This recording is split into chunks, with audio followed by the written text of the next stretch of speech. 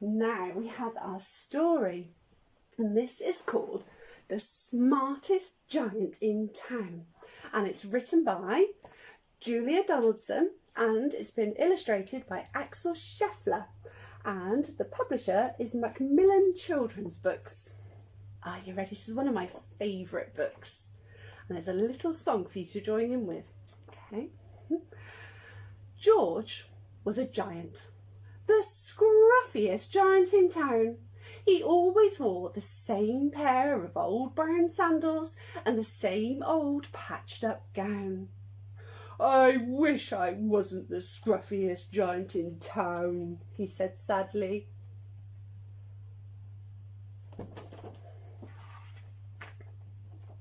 But one day George noticed a new shop.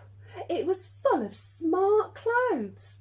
So he bought a smart shirt, a smart pair of trousers, a smart belt, a smart stripy tie, some smart socks with diamonds up the sides, and a pair of smart, shiny shoes. "Now I'm the smartest giant in town," he said proudly.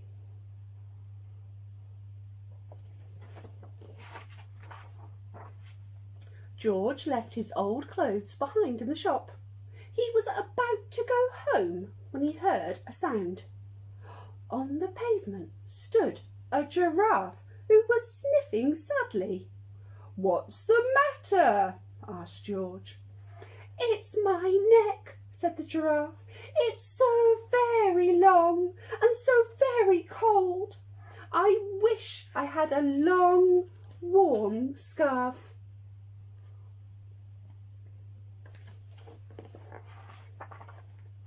"Cheer up," said George, and he took off his stripy tie. "It didn't match my socks anyway," he said, as he wound it round and round the giraffe's neck. It made a wonderful scarf. "Thank you," said the giraffe. As George strode towards home, he sang to himself. "My tie is a scarf for a cold giraffe, but look me up and down, I'm the smartest giant in town." George came to a river. On a boat stood a goat who was bleating loudly. "What's the matter?" asked George. "It's my sail," said the goat. "It blew away in the storm. I wish I had a strong new sail for my boat."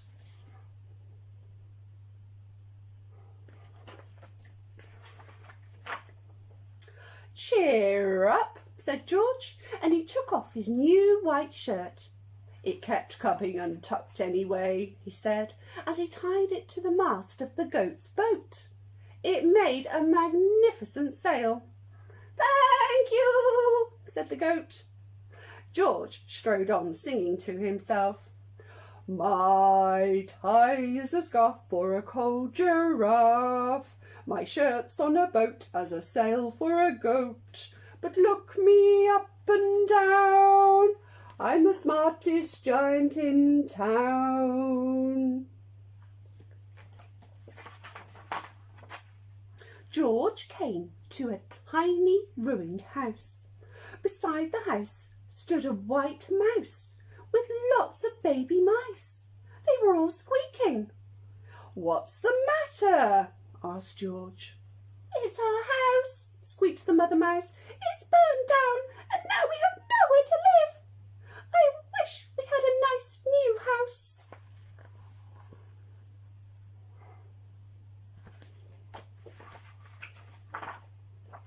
"Cheer up," said George, and he took off one of his shiny shoes. "It was giving me blisters anyway," he said, as the mouse and her babies scrambled inside. The shoe made a perfect home for them. "Thank you," they squeaked. George had to hop along the road now, but he didn't mind. As he hopped, he sang to himself. My tie is a scarf for a cold giraffe. My shirt's on a boat as a sail for a goat. My shoe is a house for a little white mouse. But look me up and down, I'm the smartest giant in town. George came to a campsite. Beside a tent stood a fox who was crying. "What's the matter?" asked George. "It's my sleeping bag," said the fox. "I dropped it in a puddle. I wish I had a warm, dry sleeping bag."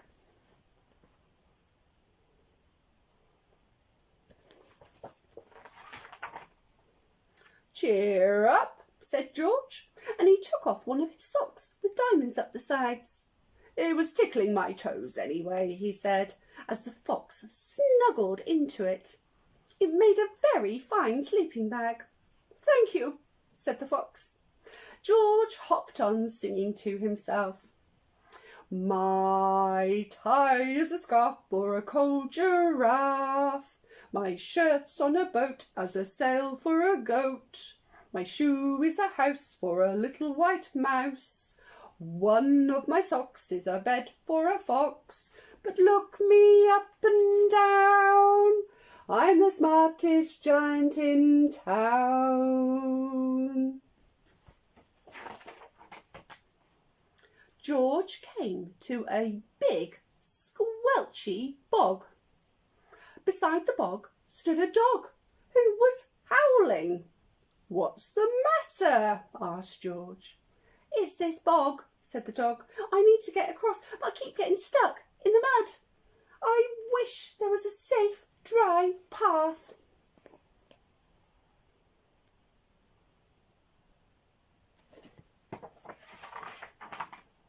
"Cheer up," said George, and he took off his smart new belt.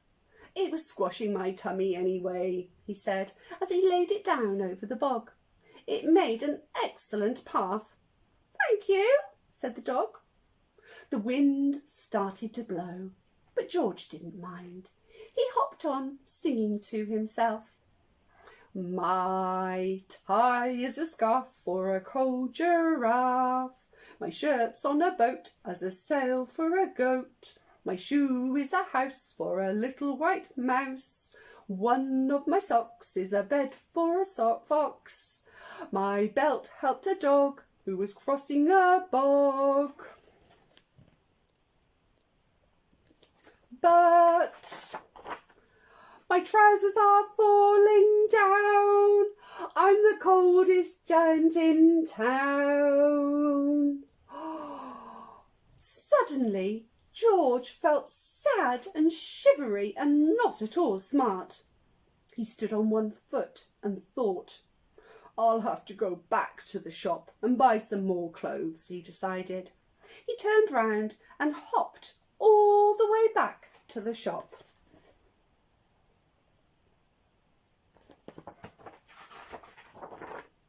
But when he got there, it was closed. "Oh no," cried George. He sank down onto the doorstep and a tear ran down his nose. He felt as sad as all the animals he had met on his way home. Then, out of the corner of his eye, he saw a bag with something familiar poking out of the top. George took a closer look. "My gown!" he yelled. "My dear old gown and sandals." George put them on. They felt wonderfully comfortable. "I'm the cosiest giant in town," he cried, and he danced back home along the road.